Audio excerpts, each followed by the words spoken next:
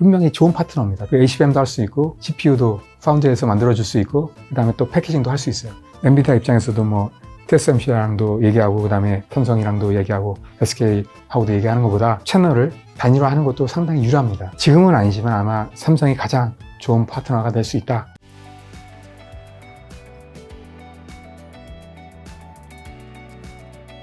자, 최근에 삼성이 1.4나노 공정 개발 계획을 연기하고 2나노에 집중하는 전략으로 선회했는데요. 이러한 결정의 배경은 어떻게 되고 하반기 삼성전자 2나노 양산이 중요한 이유는 뭘까요? 2나노 지금 이제 올해 하반기에 양산을 하는데요. 근데 이제 삼성 파운드리 같은 경우에는 보시면은 그 3나노 공정부터 GA 방식을 적용을 했어요. 네. 이게 3나노 공정 GA 방식 도입하면서 여러 가지 문제가 있었어요. 가장 중요한 게 이제 수율 문제. 이게 상당히 컸었거든요. 그래서 수율 때문에 많은 고객들이 떠난 거거든요. 네. 쓸 수 없는 거예요. GA 방식을 썼기 때문에 여러 가지 이제 시행착오를 많이 겪었거든요. 삼성은. 2나노도 상당히 어느 정도 그러한 전철을 밟지 않을 걸로 보입니다. 여러 가지 문제를 많이 해결했기 때문에. 네. 근데 이제 TSMC는 3나노에 처음 적용을 하려고 했는데 이걸 못했어요. 왜냐하면 이제 선도 주자이기 때문에 굳이 할 필요가 없는 거예요. 리스크를 감안할 이유가 없는 거거든요. 네. 그래서 이제 2나노에 처음 적용을 하게 되는 거거든요. 물론 지금 이제 수율은 잘 나온다고 얘기는 하지만 분명히 여러 가지 문제가 발생할 수 있어요. 지금 이제 도입한 게 얼마 안 됐거든요. 아직 양산도 안 하고 있고요. 실제로 양산을 하게 되면 여러 가지 이제 문제가 발생할 수 있다는 거죠.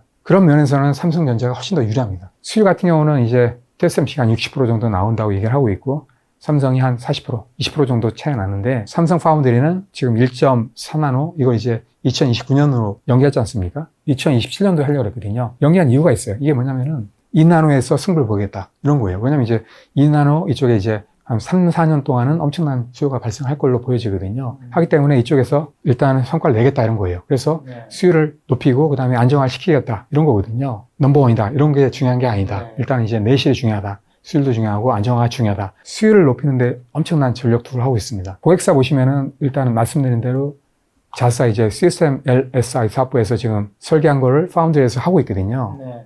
그래서 이게 관건입니다. 어느 정도 수율이 나올 수 있는지. 근데 이미 이렇게 적용한다는 얘기는 어느 정도 검증이 됐다는 거거든요. 자체적으로. 그리고 또 지금 이제 TSMC는 뭐 대부분의 빅테크라든지 글로벌 반도체 기업들을 다 하고 있어요. 예, 이런 상황이고 거의 90% 이상 다 하고 있습니다. 2나노 공정하면서 지금 이제 투자를 또 테일러 쪽에 지금 삼성 파운드리도 하고 있지 않습니까? 이게 거의 팹도 지금 완공이 됐어요. 네. 원래는 미리 다 지금 이제 라인을 가동을 시킬 예정이었는데 뭐 수율 문제라든지 뭐 수요 문제라든지 여러 가지 이제 자체적인 어떤 문제 때문에 가동 못 했거든요. 내년에 할 겁니다. 그래서 아마 내년이 또 기대가 되고 있습니다. 최근에 삼성전자 주가가 좀 올랐는데 앞으로 삼성전자 과제는 무엇이고 주가 어디까지 갈 수 있을까요? 분명히 지금이 저점이다 라고 볼 수 있습니다. 이미 반영이 됐거든요. 일단 실적이 나온 거는 상당히 저조한 거는 이미 반영이 됐습니다. 그렇죠. 그런데도 주가는 오르고 있거든요. 뭐냐면 이제 기대치가 있다는 거거든요. 앞으로 이게 최저점이다. 공감대가 있습니다. 그래서 앞으로 올라가면은 그게 만약에 이제 실적으로 나온다면 분명히 주가도 반영이 되고 이재용 회장의 어떤 과제가 될 수도 있죠. 이사의 복귀가 중요한 겁니다. 지금 뭐 등기 이사도 지금 안 돼 있지 않습니까? 왜냐면 이제 등기 이사가 되면 사법 리스크가 상당히 커지거든요. 상법 개정하면서 또 그런 이슈가 더 부각이 될 수 있거든요. 그렇다고 이제 복귀 안 하면은 일단은 삼성의 향후가 불안하기 때문에 분명히 리더십, 그 다음에 어떤 책임 경영 해야 되거든요. 그런 면에서는 분명히 등기이사 복귀라든지 대표이사 회장 되면서 어떤 뭐 굵직한 M&A라든지 그 리더십, 혁신을 일으키는 역할을 좀 해야 되거든요. 매출도 중요합니다. 매출과 그 다음에 영업이익도 중요한데요. 정체 상태인데 계속 올라가야 됩니다. 그래서 500조 원을 앞으로 이제 몇 년 내에 달성하느냐 이것도 상당히 중요한 이슈입니다. 그 다음에 마찬가지로 영업이익도 중요합니다. 특히나 이제 반도체 이쪽이 너무 안 좋기 때문에 이쪽에서 거의 1조대 영업이익이 났거든요, 이번에. 원래는 이쪽에서 한 6조 이상이 나야 됩니다. SK라든지 현대차라든지 이런 데 실적도 밀렸지 않습니까? 그래서 반드시 반도체 쪽에서 수익성도 상당히 제고가 돼야 된다. 그 다음에 마찬가지로 1등 DNA, 새로운 어떤 도전, 혁신, 이런 게 중요했지 않습니까? 그런 걸 잘했어요, 예전에. 경쟁사가 안 하는 거를 처음으로 이제 시도하는 거라든지 위기에 상당히 강한 면모를 많이 보였거든요. 그런 게 지금 없다는 거죠. 조직 문화가 상당히 산무원이다 이런 얘기도 하는데 공무원처럼 변하고 있거든요. 새로운 거 안 하고 그다음에 시키는 일만 하고. 근데 이런 것도 이제 좀 바꿔야 된다는 얘기죠. 먼저 이제 도전하고 적극적으로. 이런 걸 이제 바꾸기 위해서는 어떤 리더십이 중요합니다. 특히나 이제 이재용 회장의 어떤 역할이 중요합니다. 그다음에 또 새로운 사업도 지금 많이 하지 않습니까? 특히나 AI라든지 바이오 쪽, 전장. 물론 이제 전장 쪽은 뭐 하만이 잘하고 있어요. 바이오도 최근에 이제 인수를 하지 않습니까? 뭐 젤스라든지. 그다음에 또 AI 이쪽도 지금 이제 투자를 많이 하고 있는데 이런 게 잘 된다 그러면은 뭐 당연히 이제 주가는 반영이 되겠죠. 삼성전자가 미국 디지털 헬스케어 기업 젤스를 인수했는데 삼성전자 젤스를 인수하게 된 배경은 뭐 이를 두 어떤 시너지를 좀 기대할 수 있을까요? 그 삼성이 바이오 쪽에 많이 이제 신경 쓰지 않습니까, 최근에? 네. 일단 시장 자체가 커집니다. 전 세계적으로 이제 고령화가 되지 않습니까? 많은 기업들이 지금 이쪽에 많이 포커스하고 있지 않습니까? 특히나 이제 엔비디아도 이쪽에 많이 하고 있는데, 이제 영향력은 아직까지 없습니다. 하다 보니까 바이오 기업들을 인수하는 게 상당히 시장을 빨리 진입하는데 좋지 않나라고 이제 생각을 한 겁니다. 프로비던스 헬스 시스템이라는 병원 그룹인데, 10년 전에 이제 세운 기업인데 예전부터 이제 삼성과는 상당히 관계가 좋았습니다. 그래서 이제 최근에 이제 인수한 건데 한 이유가 있어요. 보면 삼성 스마트폰 있지 않습니까? 이쪽에서도 환자의 어떤 상태를 확인할 수 있어요. 예를 들면 뭐 환자의 어떤 당뇨라든지 혈압이라든지 스트레스라든지 몸의 어떤 건강 상태라든지 이런 걸 이제 체크할 수 있거든요. 삼성이 필요한 게 이제 디바이스는 있으니까 병원 쪽은 없다는 거죠. 그러니까 한꺼번에 연결시키는 게 이제 젤스를 인수함으로써 이제 가능한 거죠. 그래서 세 개를 연결시켜가지고 이제 예방적인 어떤 서비스를 하겠다 이런 거거든요. 한국은 아직까지 원격 진료가 안 돼 있어요. 올해 말이나 내년 초에 이제 미국을 시작으로 해가지고 그런 서비스를 이제 개시하겠다 이런 거예요. 그리고 이제 전 세계적으로 확대하면서 한국도 이제 그런 게 되면 나중에 이제 도입을 하겠다 이런 거거든요. 미리 이제 선점하는 겁니다. 그런 네트워크를 이제 하기 위해서는 많은 시간이 걸리기 때문에 한꺼번에 이제 인수함으로써 한 번에 이제 해결할 수 있는 거죠. 자, 그리고 삼성 파운드리가 내년에 미국 공장을 운영한다고 하는데 앞으로 어떻게 보시나요? 올해나 작년에 했어야 되는데 삼성이 워낙 이제 수율도 안 좋고 여러 가지 이제 내부적으로 문제가 있다 보니까 딜레이를 시켰는데 지금 이제 공정은 거의 뭐 100% 거의 완공됐습니다. 그래서 이제 내년에 아마 4나노 언더 공정을 할 것 같아요. 이게 왜 중요하냐면 패밀리스 고객들이 거의 다 70% 가까이가 미국에 있어요. 빅테크 기업들도 다 미국에 있습니다. 아무래도 이제 한국에서 고객의 어떤 서포트를 하는 것보다 현지에서 이제 서포트하는 게 유리할 수 있고 고객의 어떤 정보를 파악할 수 있는 요건이 되기 때문에 이제 아무래도 유리한 면이 있습니다. 해외 네트워크에 이제 강점 있는 그런 임원들도 이제 영입을 했고요. 그래서 아마 내년이 아마 기회가 될 것 같아요. 자, TSMC 매출이 계속 오르고 있는데 앞으로도 계속해서 올라갈 수 있다고 보시나요? 실적이 2분기 실적이 상당히 높았습니다. 보시면 이제 매출도 뭐 35% 이상 매년 성장하고 있습니다. 최근에 보시면 뭐 70% 가까이 갔다. 라고 이제 얘기가 나오고 있어요. 넘어가면 이제 독점 이슈라든지 변제라든지 이런 게 있을 수밖에 없거든요. 제가 보기에는 아마 70% 이상 넘어가긴 쉽지 않을 겁니다. 그런 이슈가 있기 때문에 70%만 뭐 TSMC에서 가져간다 그러더라도 그 AI 시장이 워낙 크기 때문에 매출 자체는 늘어나고 영업이익도 늘어날 수밖에 없습니다. 7나노 언더가 거의 70% 이상 됩니다. AI 수요가 너무 많다는 거예요. 7나노 언더는 거의 AI 수요거든요. 분명히 삼성도 그러한 능력이 되기 때문에 그러한 수요를 받쳐줄 수 있는 여건이 되기 때문에 분명히 가져올 겁니다. 수요 자체는 뭐 이미 검증이 됐다. 내년에는 더 높아지고 앞으로 계속 높아진다. 근데 이제 TSMC에서 더 이상 할 수 없다.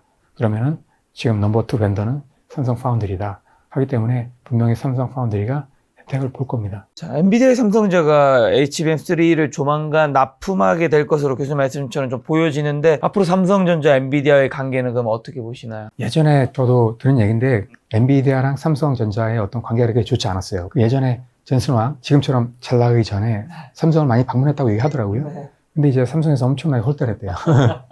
그러면서 상당히 엔비디아 젠슨왕이 삼성에 대해서 별로 이렇게 좋은 감정이 아니었던 것 같아요. 물론 이제 그것만 아니겠죠. 물론 이제 삼성이 그만큼 못했던 어떤 그런 원인도 있었겠지만, 근데 분명히 엔비디아한테 삼성도 좋은 파트너거든요. 왜냐면은 그 8나노 공정은 이미 엔비디아 공정을 쓰고 있어요. 그 5나노 공정도 지금 엔비디아 일부 하고 있거든요. 엔비디아도 분명히 삼성이 필요한 겁니다. 근데 이제 문제는 2나노, 3나노에서 안 하고 있다는 거죠. 삼성전자가 못 따라온다는 거죠. 예, 그렇죠. 수율이 너무 안 좋고 하기 때문에 못한 거죠. 엔비디아도 지금 2나노 공정 보고 있어요. 테스트 지금 하고 있습니다. 분명히 좋은 파트너입니다. 그 HBM도 할 수 있고, GPU도 파운드리에서 만들어줄 수 있고, 그 다음에 또 패키징도 할 수 있어요. 그러면은 엄청나게 만들어지는 시간도 20% 정도 단축이 될 수 있거든요. 가격도 엄청나게 싸게 할 수 있어요. 한 군데서 하게 되면. 엔비디아 입장에서도 뭐, TSMC랑도 얘기하고, 그 다음에 삼성이랑도 얘기하고, SK하고도 얘기하는 것보다 채널을 단일화하는 것도 상당히 유리합니다. 지금은 아니지만 아마 분명히 삼성이 가장 좋은 파트너가 될 수 있다라고 이제 볼 수 있습니다, 앞으로. 그리고 핵심은 HBM인데 HBM 개발 경쟁은 좀 시간적으로 봤을 때 어땠나요? 지금 2019년도 그때 이제 삼성에서 사업부를 상당히 축소하는 바람에 그때부터 이제 SK 하이닉스가 치고 나간 거거든요. HBM3를 먼저 12단을 양산했죠. HBM4도 샘플을 가장 먼저 제공했습니다. 엔비디아 쪽에. 삼성전자는 아직까지도 HBM3는 납품이 안 되고 있고요. 선점해가지고 먼저 들어가면 일단 3년을 보장이거든요. 그럼 삼성전자 HBM 시장의 주도권 SK 하이닉스에게 내주게 된 결정적인 계기나 실수는 일단은 사업부를 축소한 거예요? 그게 결정적이고 그 다음에 또 삼성이 들어갈 수 없는 거죠. 3년 동안은. 한 번 맺은 공급관계를 그렇죠, 쉽게 그렇죠. 바꾸기 쉽지 이게 않고. 바꾸기 쉽지 않습니다. 저도 영업을 했지만 예전에 네. 일단은 한번 들어가면 3년은 일단 보장됩니다. 특별한 문제 없는 이상. 그리고 또 문제가 생겨도 공급된 그러한 벤더한테 불러가지고 문제를 해결하지 다른 데 찾지 않습니다. 기본적으로. 기본적으로 3년입니다. 또 그게 이제 HBM4고요. 그리고 또 3년이 지난 다음에 HBM4가 그게 삼성한테 기여가 되는 거고요. HBM4가 이제 기여가 될 수 있는 거죠. 삼성. 전자한테. 그게 HBM4가 만약에 이제 삼성이 들어간다 그래도 금방은 되지 않을 겁니다. 분명히 SK 하이닉스를 퍼스트 벤더로 가져갈 겁니다. 당분간은. 그러면서 이제 검증이 삼성이 되면 조금씩 늘리면서 SK 하이닉스보다 훨씬 더 물량이 늘어나겠죠. 나중에는 삼성전자가 더 유리하다. 한 2년 정도는 SK 하이닉스가 퍼스트 벤더로서 물량을 마저 가져갈 거다라고 볼 수 있는 거죠. 자, 마지막으로 삼성전자 반도체 관련 투자자들에게 한 말씀 해주시면서 삼성전자 투자자들이 현재 시점에서 가장 주목해야 될 핵심 포인트는 뭘까요? 앞으로가 중요한 거죠. 일단은 결과는 바꿀 수 없기 때문에. 그래서 삼성이 어떻게 하느냐 이게 가장 중요하죠. 지금은 뭐 잘할 거다 하지만 만약에 이재용 회장이 또 리더십이 잘 못한다 그러면 또 이게 안 될 수 있거든요. 또 마찬가지로 HBM4가 뭐 앙산을 했는데 뭐 수율도 별로 안 좋다 이렇게 이제 또 판명 내면 또 시장이 또 안 좋아지고 하면서 또 주가도 떨어질 수 있습니다. 근데 지금 분위기는 그럴 것 같지는 않아요. 상당히 분위기는 좋습니다. 하기 때문에 특히나 이제 파운드리하고 그다음에 또 HBM4에서 분명히 기회가 있다라고 이제 볼 수 있습니다. 금방은 아닙니다. 분명히 시간이 걸립니다. 본격적으로 시작되는 게 내년입니다. 이게 검증되고 하면 주가는 미리 오르기 때문에 최소한 3년 정도는 보고 장기적으로 보시고 투자하셔라 이렇게 이제 말씀을 드립니다. 혹시나 많은 분들이 오해하실까봐 한번 여쭤보면 가시기 전에 삼성전자 굉장히 좋게 보시잖아요. 네. 하이닉스를 안 좋게 보시는 건 그런 건 아니죠? 아닙니다. 그런 건 아닙니다. 예. 분명히 좋습니다. 좋은데. 하지만 삼성전자가 오를 수 예. 있는 여력이 예. 많이 있다 이런 의미신 거죠? 그렇죠. 그러니까 SK 하이닉스도 분명히 시장이 커지기 때문에 그러한 네. 수혜를 받습니다. 근데 이제 이미 주가는 많이 주가가 올랐으니까. 반영이 됐기 때문에 그런 거죠. 알겠습니다. 다음번에 뵐 때는 삼성전자가 지금 이제 한 7층 근처까지 온 것 같은데 9만 원대 9층에 구조대를 보낼 수 있기를 바랍니다. 삼성전자 주가가 더 오르기를 바라면서 다음번에 또 교수님 모시고 좋은 얘기 들어보도록 하겠습니다. 오늘 만난 교수님은 권영학 교수님이었습니다. 지금까지 소중한 시간 함께 해주셔서 정말 감사합니다. 오늘도 김 작가였습니다. 고생 예, 많으셨습니다. 감사합니다.